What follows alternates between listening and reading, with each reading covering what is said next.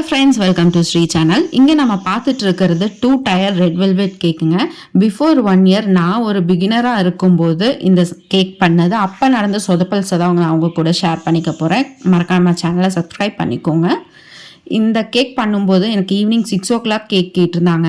ஆனால் மதியானம் 2:30 மணி வரைக்குமே கரண்ட்டே இல்லைங்க. 2:30 மணிக்கு தான் கரண்ட் வந்துச்சு.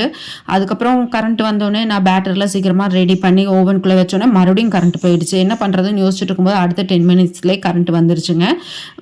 அப்படி இருந்தும் பார்த்தீங்கன்னா பாட்டம் லேயர் சூப்பராக பேக் ஆயிருச்சு. பட் டாப் லேயர் பாருங்கள், மேலே மட்டும் கொஞ்சம் லைட்டாக பேக் ஆகாமல் இருந்தது.